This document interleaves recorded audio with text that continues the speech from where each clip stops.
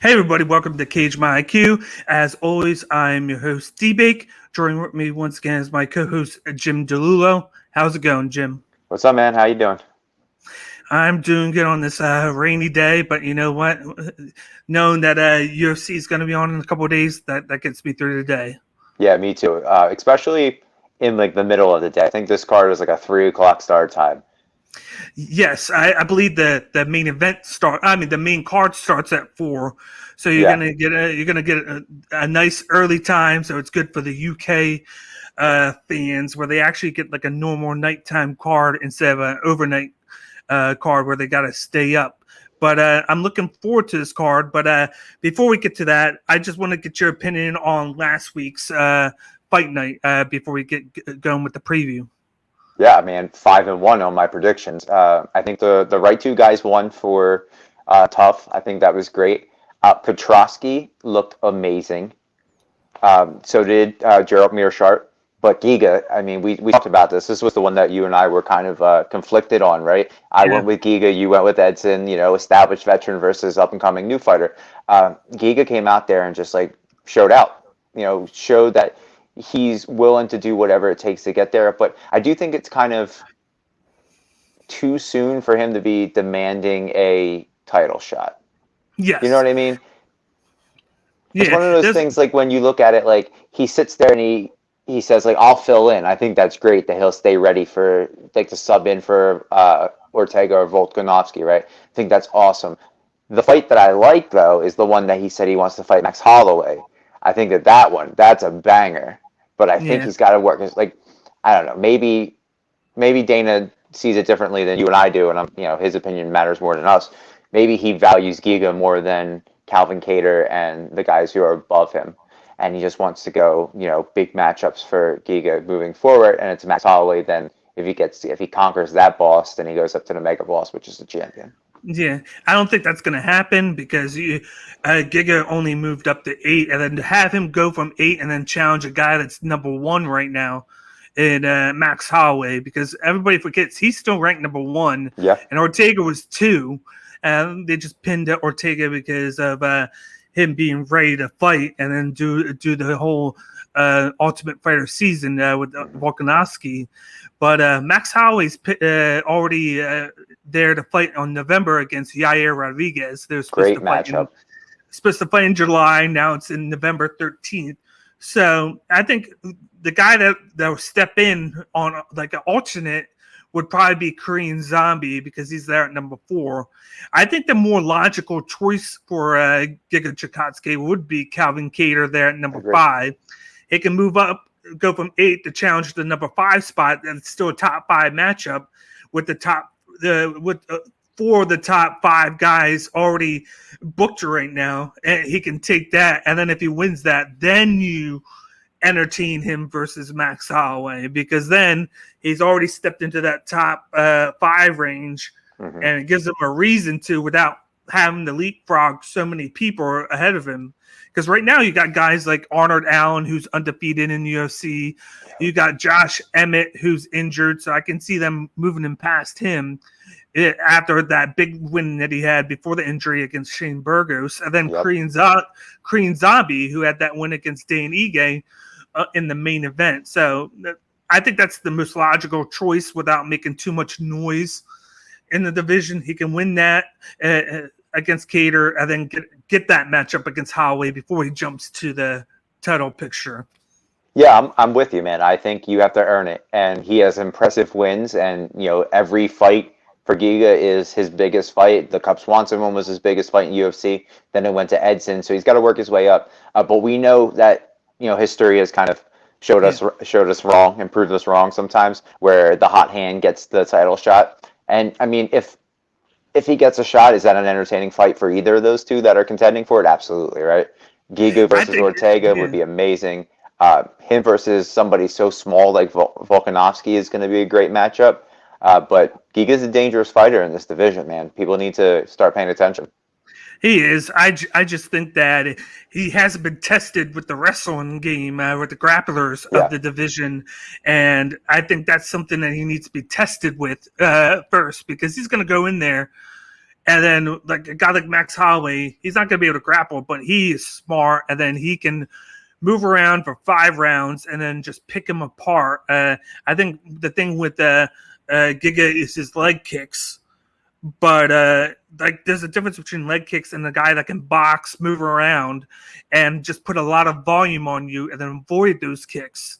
And I think a guy like Calvin Cato would test him. Yeah. And then if he can get by that would be a big test to prove that he deserves to be in the octagon with these guys in the top 4. But let's move on from that, because of course we're here to preview UFC Fight Night, which is headlined by Derek Brunson versus Darren Till. Yeah. But as always, this is Cage My IQ, the best place for MMA content. You can follow us on Instagram, Twitter, YouTube, and Twitch at the handles to the left. Of course, we're partnered with the Fighters First Network. All you need to do is go to Fighters First on YouTube, hit the subscribe button, and hit the notification button. So whenever anything new comes out from the Fighters First Network, it will pop up on your notification dinger each day. And then don't forget to hit the comment button and comment who you think's going to win this weekend on the main card. And then also hit the like button on the video. We would truly appreciate if you do that. And then, of course, we have merch out now. All you got to do is go to fightersfirst.shop, scroll down to the Cage My IQ collection, and check out the shirt that we have in 3 different styles, and then the hoodie that we have out. So check that all out. If you get something from the shop, let us know, and we'll give you a shout out on next week's show. And if you want to we also have stuff out for the Art of MMA podcast, and then the Tune-Up Crew with Brandon Catino. He is the co-host on Art of MMA, and then he also fights for Glory. So definitely check out that stuff as well, and then let all of us know what you think of all the stuff that we put out there for you guys. But let's get started with the action that we have on here. We have a 5-fight main card here for you. Mm-hmm. Usually there's 6, but we had so much shaking around on the card. We had a bunch of cancellations, and then we had a bunch of fill-ins for this card, but they were able to get a nice 10-fight card on for us, 5 prelims and then 5 main. You can check out my predictions for the 5 prelim cards on YouTube tomorrow at 8 a.m. Well, actually, today at 8 a.m. Eastern time. And then you can check out this video, of course, right now. But let's get started with the first fight on the card. We have a matchup between Luigi Vendramini versus Paddy Pimblett as the opener for this. It's a lightweight matchup. Luigi comes in at 9-2 and is the plus 115 underdog, whereas Paddy Pimblett comes in at 16-3 and is the minus 135 favorite. What do you think of this fight? Well, first, I think one thing we need to mention about this card is a lot of people are going to see it and say, man, there's a lot of people from Liverpool on this card. A lot of people from England on this card. This was meant to be in England before COVID got bad again, so now it had to get moved over to where it's at now. But with this fight, I think this is a good matchup with one of the hottest prospects making his UFC debut in Paddy Pimblett. He's put together a very good regional record, has a great deal of experience. He's coming in 16-3 as opposed to people who are coming in like 4-0, 5-1. So I think that's kind of helped him. He has great grappling and smooth transitions. He's got good stand-up, but is hittable. And with Luigi, he's a super durable fighter who has good stand-up and good grappling. With this fight, I expect Paddy to rise to the occasion and do what's gotten him to the UFC. This debut is a little bit underwhelming, I guess, for a person like Paddy, who is larger than life, right? You would imagine him to be at a Liverpool, be at Wembley, be in front of a crowd, but now he's doing it at the Apex, so the jitters might not be there. So that's going to benefit Paddy in this, plus the experience. Vendramini has more UFC experience, but Paddy has more wins total than Vendramini has in fights total. So I see him getting it to the ground. This is Paddy. I'm sorry. I see him getting the fight to the ground and dominating the ground. Luigi's toughness is his greatest strength, which is why I don't see him getting knocked out. But I do think that he's going to lose this fight, and I think Paddy's going to win it by unanimous decision. First, I got Luigi Vendramini. He does all of his striking on the inside of the pocket. He likes to throw left, right hooks in the pocket, and when he needs he uses a counter hook. He likes to mix takedowns into his game plan. He goes for body locks in the leg trips, and on the feet, he likes to keep the action at the kickboxing range. He has good cardio movement and has good striking in spurts. He needs to improve his location of fighting, where he needs to move forward instead of fighting from difference. And then you got Paddy Pimblett, of course. He isn't much of a threat on his feet. He throws a bunch of singular strikes and leg kicks and uses more technique than power.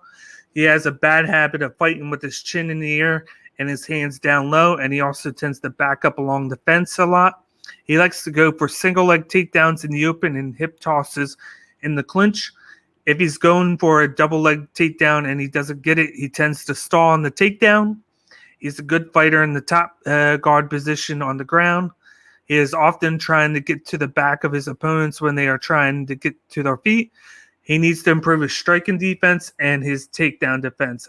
I think what's going to happen in this fight, which is going to be the most interesting to me to call, is the fact that it's going to be a matter of it stay on the feet or it going to the ground, because Luigi's going to want it to stay on the feet because of his striking. He doesn't have the best striking, but he's going to have the better striking in this matchup. Yeah, that's going to be a big difference.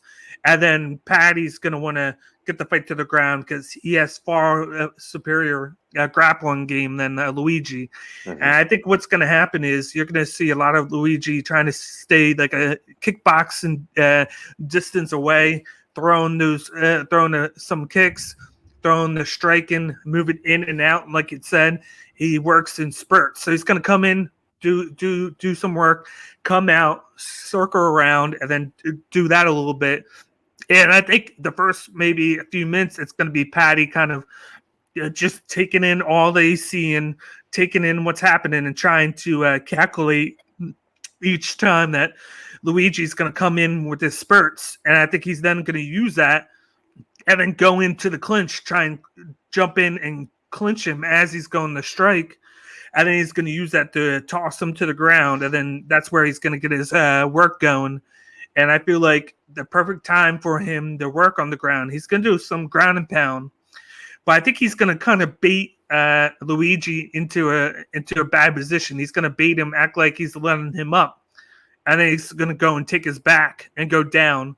And I could see Paddy Pimblett winning by a first round rear naked choke. I just feel like he's going to play dumb to bait him into submission, and then he's going to get it because Luigi's going to try and do everything he can when he's on the ground to jump back up.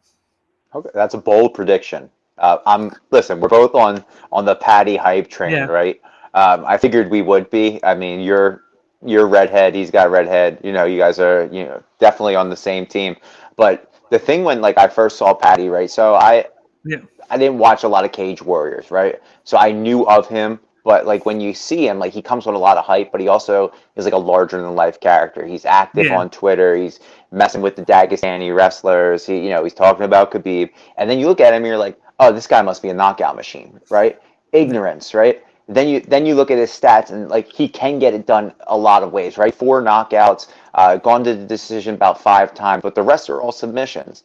And the thing about Paddy is that's different than Luigi is Paddy's gone 5 rounds. Right, yes. Championship rounds, where I don't think and I may be mistaken, but I don't think Luigi has gone 5 rounds. So durability is there. Luigi's super tough, but I think Paddy's gonna like you said. I think he's gonna get it done. I don't see this being a knockout. I'd be shocked if this was a knockout. I juggled submission versus decision, but I think it's just gonna be a decision because of how tough and durable Luigi is. But I do like where you're at with the submission. That game plan is pretty flawless. Going with what you said is just him having the experience of fighting 5 rounds. I think he's going to use that to where he can take his time and then use his head. And then because of the fact that Luigi fights a certain way, with where he comes in and comes out in spurts, it'll be kind of easier for Paddy to kind of be patient and then try and dictate when he's going to come in. And then the best thing to do there is to clinch him up. and then to get the fight to the ground. He won't need to do anything on his feet. He might, but like he theoretically doesn't need to do anything on his feet to win the fight if he goes that route. Yeah. The only time he's really lost is to decisions, right? So if he has to point fight, that's his greatest weakness because he doesn't throw enough volume. So he's gonna, if Luigi wants to keep this standing, that's the way, right? Just keep it standing, tag him a little bit, and then stick and move. Where Paddy has to throw more volume, shoot for takedowns, and if it gets to the judges, we've seen more recently the judges have valued takedown defense as a more prominent and significant strikes. So we'll see. But let's move on to the second fight in the card. We got a light heavyweight matchup between Khalil Rountree versus Modestas Bukauskas, where Rountree comes in at 9-5 and is the plus 130 underdog, and then you got Bukauskas who comes in at 11-4 and is the minus 155 favorite. What do you think of this matchup?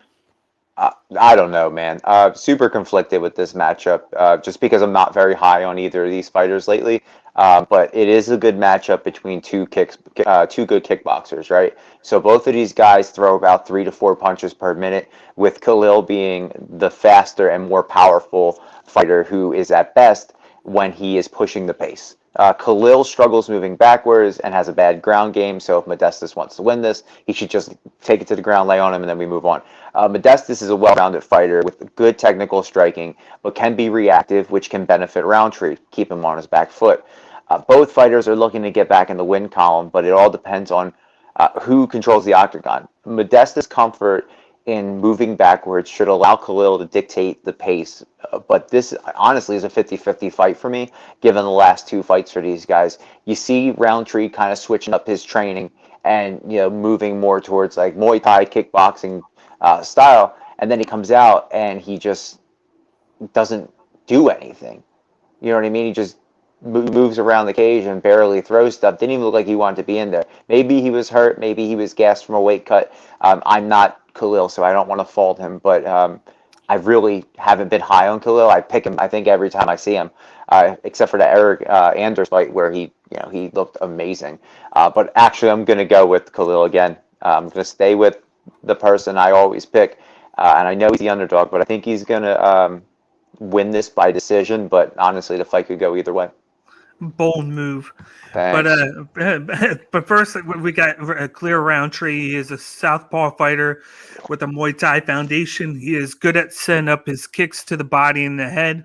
He throws an inside leg kick to orthodox fighters and a lower calf kick to southpaws. He favors using the body kick as well. He has good hands and uses the 1-2 straight left and right hook to attack the opponents.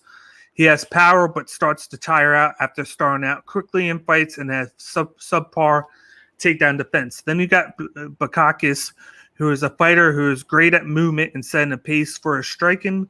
His lateral movement is unique for the weight class, and he has great footwork like a boxer. He throws a slow 1-2 and sometimes telegraphs his striking too much, especially when he leans in to throw the left hook he likes to use. He has a habit of throwing in the pocket and not getting out right away. So he takes damage, takes a lot of damage for not escaping the pocket.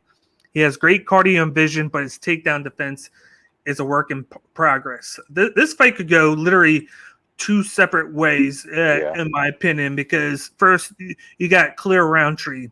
This guy has power. He knows how to throw, and like you said, he has that Muay Thai background. But the thing with him that is always his Achilles heel is the fact that he likes to stand in one place and fight there. He wants the guy to come to him, and he wants him to be right in front of you, and he just wants to go ham at his opponent and have them do the same thing back. But you got a guy like Modestas who likes to move around. He can go around for all 3 rounds. He could probably go around for 5 rounds, keep the movement going. He'll come in, hit, come out, move around, and then just keep on doing that, which is going to be a big issue for Rountree because he's going to want him to stand. But where this gets a little bit trickier too is, just like I said, Modestas gets into the pocket and he tends to stay there a little too long for his own good. Yeah. And he moves out slowly. he's going to take fire for that because that's when you're going to have Rountree who's going to throw the kitchen sink at him when he comes in. And it's just a matter of when that happens, where Rountree knock him out, or where he just give him a little bit of a beating, and then you're going to see Modestas come back out, either change his game plan up, keep on moving, or maybe he goes into like a kickboxing range for a while and moves around, throws, comes back, and then just changes it up. I think I wanted to go Rountree, but he just doesn't put that much volume out. Whereas Modestas has the ability to just move around, avoid those big shots, and then put the volume in. And at the end of the day, like I have Modestas Bukauskas by unanimous decision just for that fact. I think he's going to keep the pace going. I think Rountree's going to wind up tiring himself out, probably around after the second round. It could be 2-0 Modestas, or it could be 1-1. But going into the third, I think Rountree's going to be tired, and then all Modestas has to do is move around some more, avoid any shots that he tries to get desperate with, and then to just win by having so much volume in that it beats Rountree. Yeah, man. I've always been high on Khalil Rountree, right? We've seen the power that he has, but lately, like when I was talking about like not being high on him, he's kind of reminded me of Tyron Woodley and Jimmy Manawa later in their career, right? Where they knew they had knockout power and they relied on that. And they just knew that all it takes is one shot. And they didn't do enough. They didn't stay active enough to get these wins that they should have gotten 2 fights ago, right? So with Khalil, if he's just going to stand there, he's going to struggle. He's going to get taken down. He's going to get chopped at the leg. He's dedicated his most of his time towards going back to his kickboxing roots. I need to see it. Like I need to see leg kicks. I need to see, control of the octagon. I need to see that, him moving forward and keeping Modestas, who is a switch stance, who will alternate, just keep chopping at the legs, move him back, work him to the cage, and then piece him up with the combos. Don't just look for that knockout power. You look for that knockout power, you're just going to get. You look for one shot, you're going to get 2 returned. Because Modestas, as serviceable as his striking is, he's very technical and he's very accurate. Khalil's very accurate and powerful, but he needs to throw more volume if he wants to win this fight. Instead of having them come to him, he needs to go to them, force the action, throw his leg kicks, and then basically shrink the octagon up where he has them pushed against the cage, because that's where that small range of Khalil Rountree will be at his best. Yep. Because if he just waits, his opponent's not going to care. They're going to just move around. But if he shrinks the area to where he's right in front of him because he's pushed him backwards, he's going to have an easy target to hit. And that's when Rountree is at his best. But he has, just like you said, the bad habit of having them try to come to him. And then that's not always going to work. And then that's why I'm going with Modestas in this fight. Yeah, not everybody just wants to stand there and bang. You know what I mean? They want to show off what they have so they can market themselves and get the next fight and show more pieces of the game and, execute what they've been pulling off in training. So you just can't stand there and expect a firefight. So hopefully Khalil comes through for me on this one.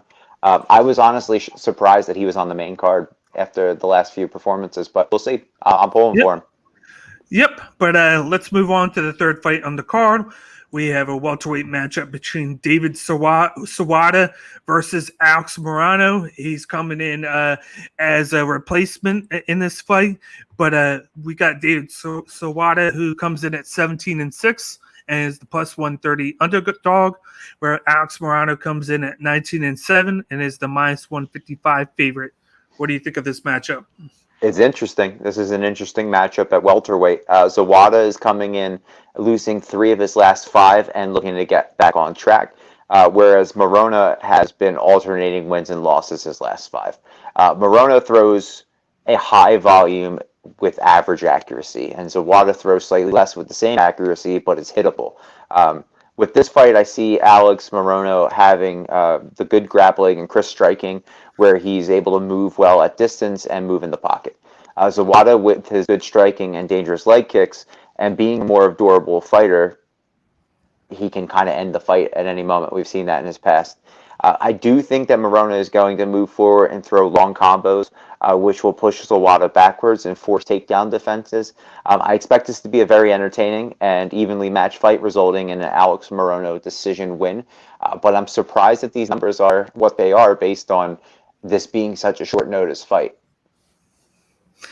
This was a tough one for me, though. Yeah. But first, we got David Zawada, who doesn't move his head off the center line at all. He is flat-footed and leans heavily on the lead leg and just fires shots. He has nice 1 and 2s and has a stutter step when he is about to throw his right hand. Everything he throws is right down the pipe. He throws lower calf kicks and is active in the clinch. He tries to fall over his opponent with cheats to get takedowns, and he's aggressive on his back, and he has poor takedown defense. Then you got Alex Morono coming in on short notice. He has a boxing-heavy approach and uses lots of movement. He needs to pace his style since he has gassed out of using too much energy in the past in too little of a time.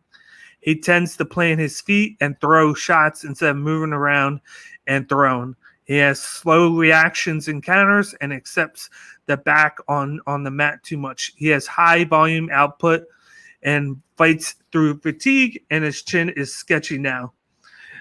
This is going to be truly going to be a hard decision for me because everybody's going Alex Morono because of the boxing, and then seeing that he just fought, of course, Donatieroni and won that on short notice as well. Yeah. And him being on a level is different than David Zawada on a level. But, like, I'm kind of torn because, like, both these guys are kind of similar where they don't move that much when they throw. They both are stationary, and then they just throw. This has fight and night written all over it because of that, because they're just going to stand there and trade.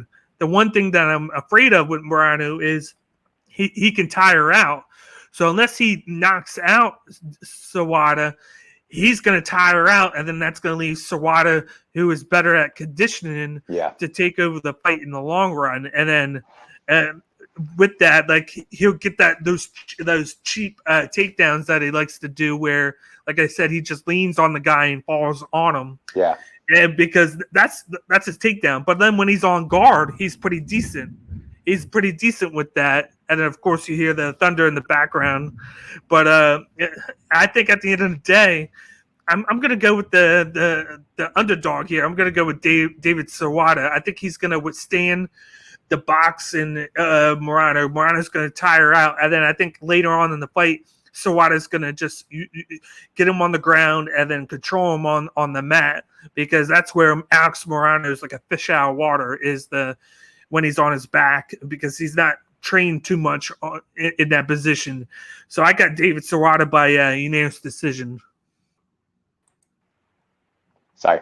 I think with this fight, this is the one that I would bet. You know what I mean? I'm not a betting man, but this is one that I would bet for the underdog. But also, like you said, something about him winning against Cowboy, right? We know Alex won, kind of dismantled Cowboy on short notice, right? Yeah. That win 3 years ago would have been more talked about. And I think people and the odds makers are kind of holding more merit to that and saying, like, oh, he beat Cowboy and he beat Cowboy on short notice. But it's 2020 Cowboy. You know what I mean? This isn't 2017 Cowboy. And no disrespect to Cowboy, he's a legend. But, you know, his career is kind of at a decline. So the odds are crazy. That's what I said before. Like, the odds are crazy with this one. But I think Morono has enough in him to just get this done early, but I still think he's going to go to the full 3 rounds because of the mistakes that you said. Like, sometimes he stays in the pocket too long. Sometimes he throws these big looping combinations. You know, there's some things there that he might need to tweak a little bit, and that short notice could weigh on the gas tank a little bit. That's one of the things that has me favored, is even though you've seen these guys take short notice and look good, I think it's going to have a thing where he goes in, tries to finish the fight real quick with all those shots in the beginning of the fight, and I think it's going to just wear him out, and that's where Zawada's his stamina is going to play a big factor in winning the fight, because he doesn't have to he doesn't have to knock him out or anything. He just has to last the fight and put more volume in. And I think a tired out Morono will make it easier for him to do that by just taking him down the ground and controlling him on with control time, and then just throwing shots here and there, because that's a easy path to victory for Zawada if he can do that. Yeah, we'll have to see, man. This is going to be a good fight nonetheless, though. I like this matchup, even with it being short notice. Yep. But let's move on to the co-main event of the evening. We have a heavyweight matchup between Tom Aspinall, who is going up against Sergei Spivac, one of our favorite fighters on Cage by IQ. Tom Aspinall comes in at 10-2 and is the minus 260 favorite, whereas Sergei Spivac is coming in at 13-2 with the plus the 220 underdog status. And he's also coming in on 2 weeks' notice. What do you think of this matchup? First thing I'm going to say is when I saw this matchup and I saw Sergei Spivac's name, I knew of all the fights, this was the one I was solid in my pick for you. I knew exactly where you were going to go. I know he's your favorite, but I like this matchup a lot. These are two surging heavyweights, two guys who are looking to take that next step. Tom Aspinall is a quick-footed heavyweight who throws a lot and has knockout power. Good boxing. I don't know if it's been mentioned. I'm sure it has millions of times. He's actually training with Tyson Fury, so he's getting rounds with a world-class champion boxer. And he also has a great ground game, and he's a BJJ black belt. Spivac throws significantly less than Aspinall and looks for opportunities to get the fight to the ground, which in my mind I think can be negated due to Aspinall's jiu-jitsu background. Spivac has power and good wrestling, but is very streaky and struggled in his fight with Oleinik. And with this being a short notice fight for Spivac, that could play into it as well. That Oleinik fight that you and I broke down a few months ago, that was more telling than I think it was to a lot of people. Seeing Spivac struggle against Alexei kind of put my feelers up. And I'm like, okay, you're struggling against a man who, again, career probably in a decline. He's like 49. So he took on deep water with Spivac, and then Spivac got the win, obviously. But when I look at Aspinall, I see him working at distance, right? Using the boxing combos to outwork Spivac. Maybe get it to the ground like he did with Arlovsky and submit him. But I'm going to actually go with Aspinall knocking Sergei Spivac out in the second round. Okay. I like that. First, I got Tom Aspinall, who is very light on his feet and he has fast hands. He favors the lead leg low kick and throws a jab as well to get his opponents to continue moving back to make attacking them easier. He also likes to use a 1-2 and check left hook. He tends to lean back with his chin in the air to avoid shots and has a habit of leaving his lead hand low. He looks for double leg takedowns along the fence to get his opponents to the mat. And he has a decent submission game. He hasn't had to showcase too much other than his last fight that he did against Arlovsky, where he submitted him very quickly. He is well-rounded but needs to improve his takedown defense. Then you got Sergei Spivac, who has improved striking that improves from fight to fight. He throws mostly straight punches and jabs. He takes the back foot as a form of defense. He goes for takedowns after catching kicks and likes to look for judo throws in the clinch. On the ground, he looks for ground and pound and keeps a person on their back, wasting energy. His cardio is strong, but he needs to improve his get-up game from being taken down as well. This is a fight that you thought I was going to be very one-sided with it, and then I thought it was going to be very one-sided with it as well. But the more I thought about the fight, the more complex it gets, because it's easy to go Tom Aspinall by first round knockout. It's easy to go that way because of his box and the way he moves. You even said yourself he trains with Tyson Fury. There's actually a couple of MMA fighters that train there with him, and they just work on the boxing all day, and then they have that speed with the jab that just will kill people. And then he also, we don't see it, but instead of the last fight, all of his fights go end in the first round. Like He beat Orlovsky in round 2, but he showcased his wrestling there, Yeah. where he just bum rushed him, threw him at the cage, and then everybody thinks that Orlovsky was basically knocked out before the guillotine, which he tapped right away. So that's something to keep an eye on there. But at the end of the day, we got to remember that Aspinall has not been tested on the ground. And that's the wheelhouse of Sergei Spivac, is him getting to the ground and using that grappling and just doing that. Like, he's not going to get tired. He looks tired, and then he acts like he did in Olynyk. But I think that was just a nod to Alexei Olynyk for making him waste so much energy dealing with Olynyk being on his back and then just moving and then pinned him down. I think he just tired him out from all that veteran moves that Alexei Olynyk was showing. Tom Aspinall is not going to do that. He might be the guy that gets tired in this fight if he just overexerts himself with his boxing. I see 2 scenarios with this fight. I'm going to go with Aspinall by first round knockout because I think that he can. But then there's also another side where I could see Sergei Spivac win by unanimous decision or possibly a third round submission. Really? Because if Aspinall puts all of himself in the first round like he might, and then he tires himself out, then Spivac's just going to take him to the ground. Once he gets tired, he's going to allow him to exert all that energy.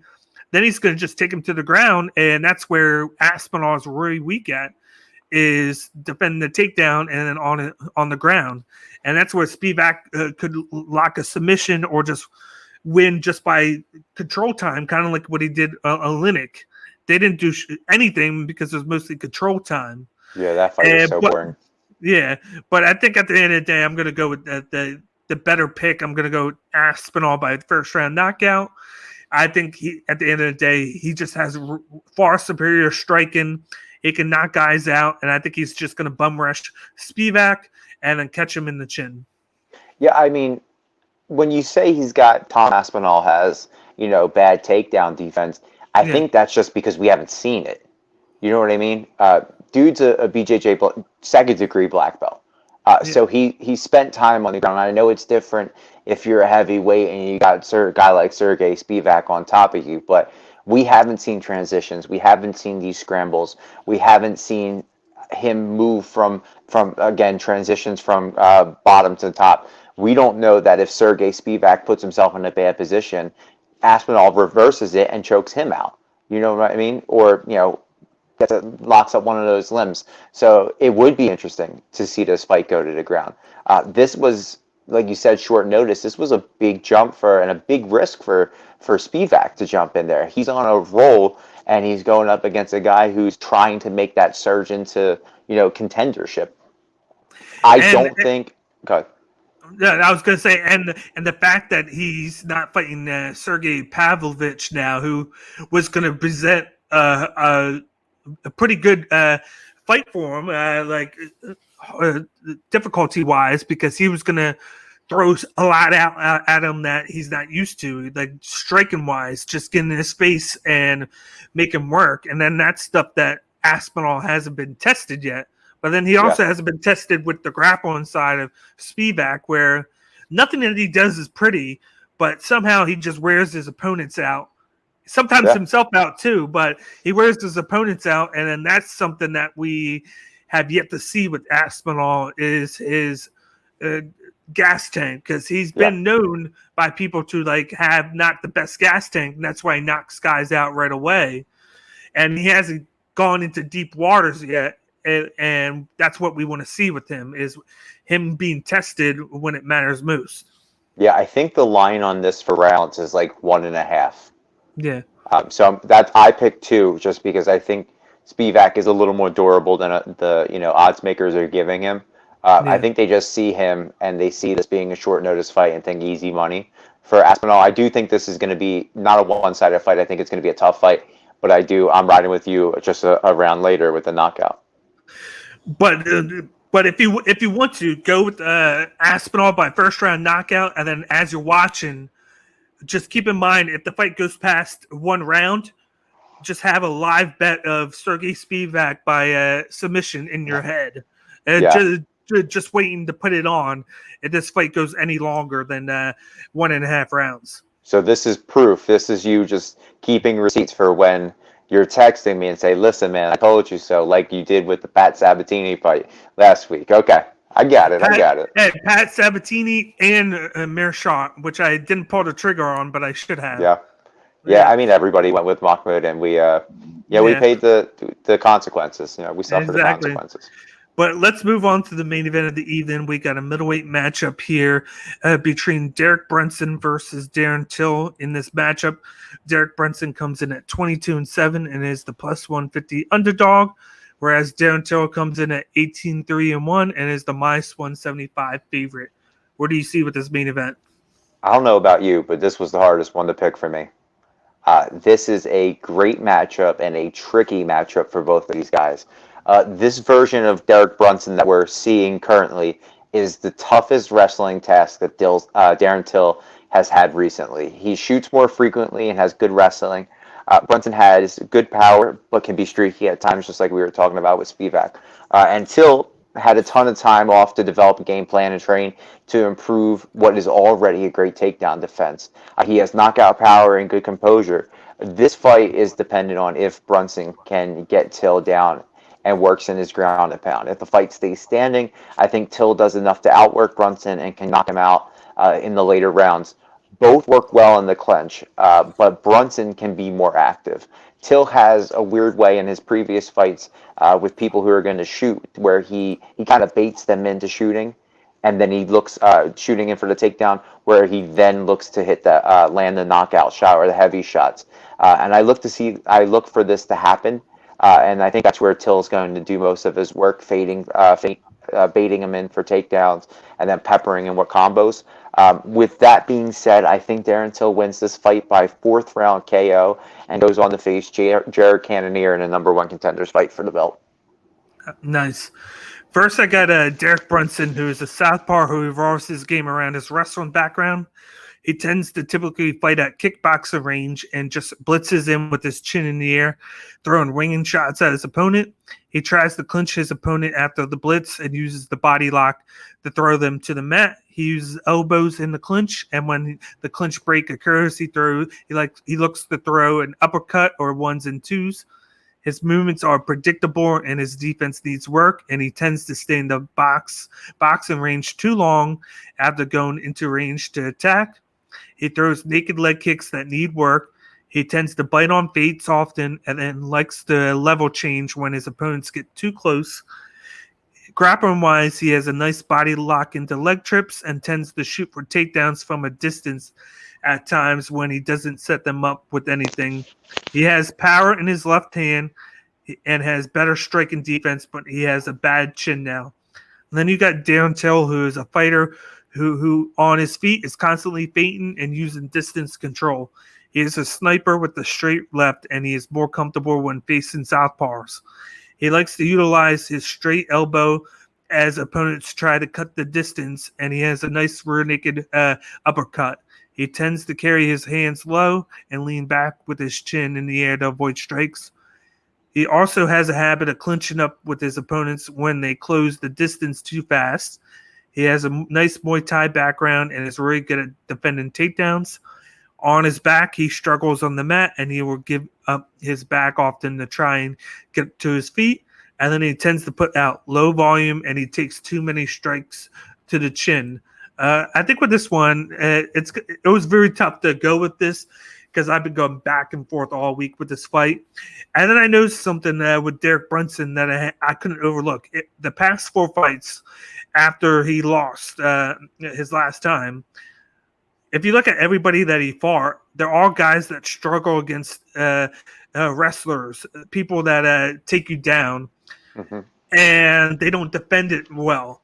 So it was kind of like I'm not going to say it too like that it was on purpose, but it's kind of an easy way to get Derek Brunson back on track. You look at what's his name, Kevin Holland. He's not good at the takedown at all. No. You look at him. They have that Canadian Elias. I forget his last name. Theodore.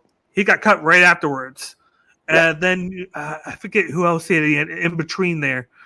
But all those guys basically don't defend the takedown very well.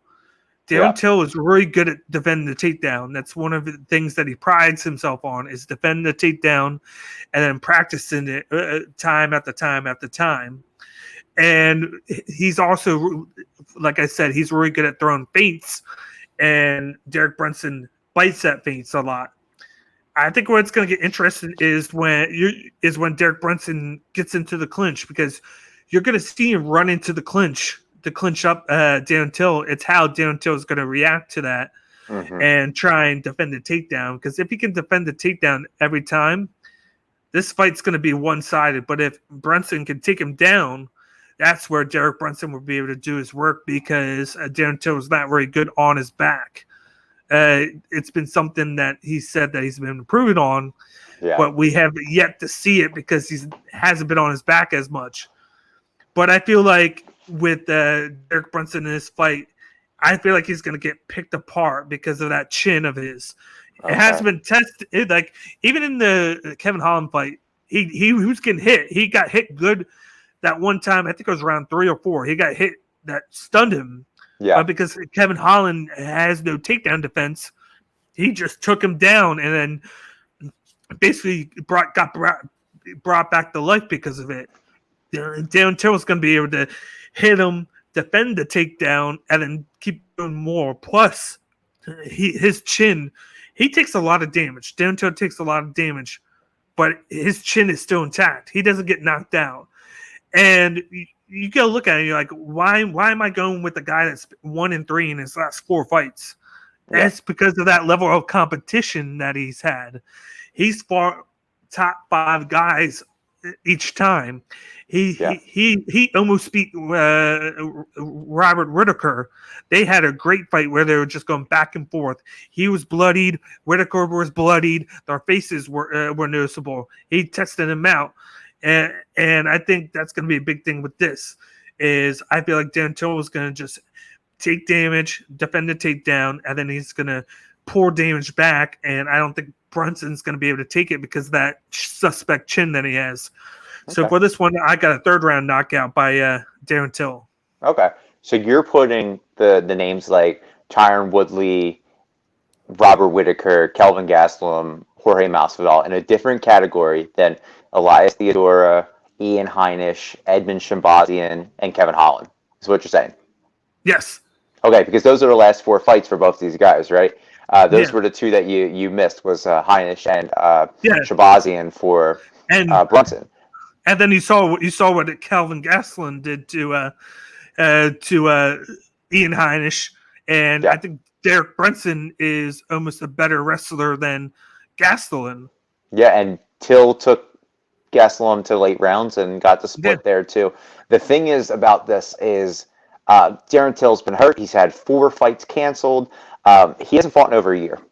Yeah. You know what I mean? So I'm curious to see what Darren Till shows up and how much training he's actually doing, right? England shut down stricter than the States did when COVID hit, right? And he was rehabbing when COVID hit initially, and then he went on to have, the Robert Whittaker fight in August of last year canceled. Then the Hermanson fight in December canceled. Then the Vittori fight in April canceled. Then the Brunson fight in August canceled, and now it's rescheduled to this. He's had fights and he's had a big layoff. So I'm curious to see if ring rust does exist, if he was training properly, and if Darren Till is more focused on fighting now than, being a troll on the internet. If he could be any ready with that layoff than Leon Edwards was for when he fought Nate Diaz, because he was on a longer layoff. He was almost 2 years because he's in England too. But he wasn't hurt. But he did have COVID.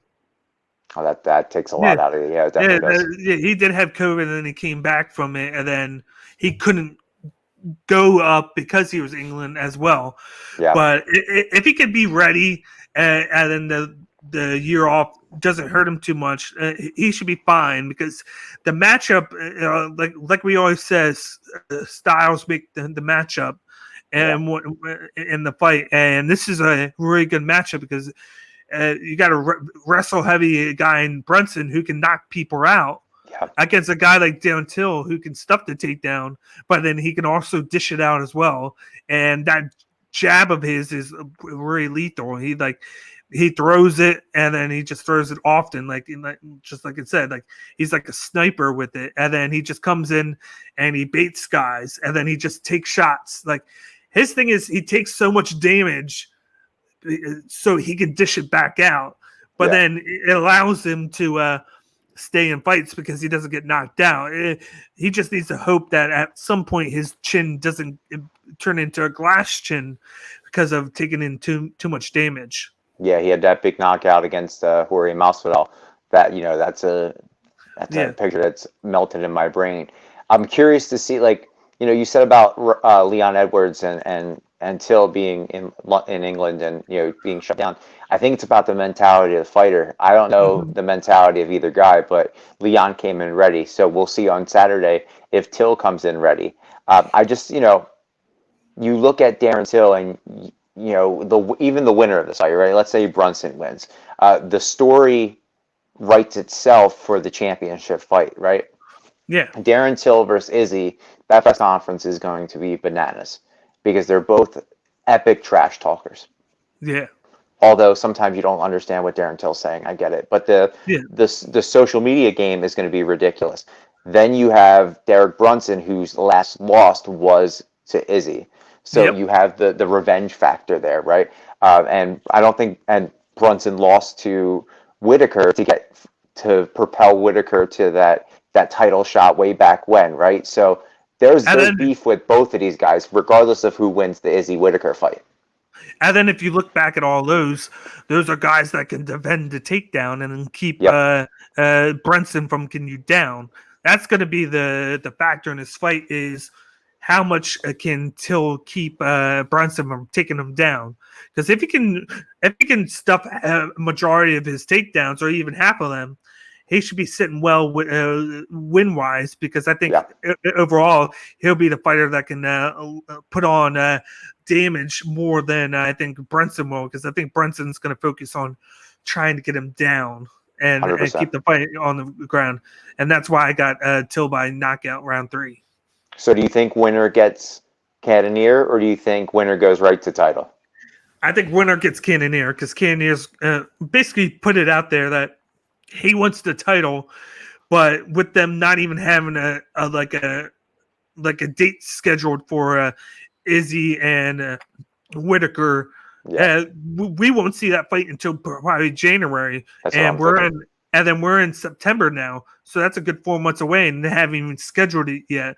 So I think the best bet for Cannonier, who's going to want to fight because he said he's broke, is to fight the next best guy that he can, which will be Darren Till or Derek Brunson. Yeah, I mean, there's 2 fights. There's this one, and then there's the Torrey Costa fight coming up. So we'll see who gets what. But this is a good matchup. This was a tough one to pick for me, honestly. But man, I don't know about you, but I do not like these midday main cards just because I feel like it takes my whole afternoon and my whole night. I'd rather just my night be chewed up. But I'm looking forward to this fight. I'm looking forward to this entire card. I know you did the previews, the prelims, but Molly McCann, I can't wait to see her fight. I can't wait to see, I wish this was at Liverpool. I would love to see everybody just show out for their people, but I'm stoked for this card, man. I really am. Yep, me too. And it was going to be great because let's not overlook, but after this fight night, we got a whole week off where there's no MMA at all. There's no UFC, no One because One has their One in Power pay-per-view this Friday morning. We got no Bellator because that's on the 18th as well. So this is going to be the thing that we get to watch, and then we got basically 2 weeks to wait until any more MMA is back. So we got to cherish this while we had the chance before we got that 2 weeks off. Yeah, hopefully we get all of our picks right. And hopefully, I know you mentioned one in power. Hopefully, our former guest, Elise Anderson, gets a big win in her one debut. I'm looking forward to that. Definitely so. But that'll wrap things up with this preview of UFC Fight Night, which will be this Saturday. The main card starts at 4 p.m. Eastern Time over here. And then, of course, wherever you're at, 3 p.m. Central, 2 p.m. Mountain, and then 1 p.m. Pacific Time for you. Look at you, Timex. Good job. Yeah, exactly. Check that out. You can check us back out. We will be returning in 2 weeks to preview UFC Fight Night, which will be headlined by Ryan Spann versus Anthony Smith. This will be the last fight night before we got 2 epic pay-per-views back to back. Well, actually, no. Well, we got before we had the big pay-per-view to end September. We got 2 back-to-back in October, end of October, and the beginning of November. Yep. To correct myself, but this is going to be the end of the 5 straight weeks of fight nights.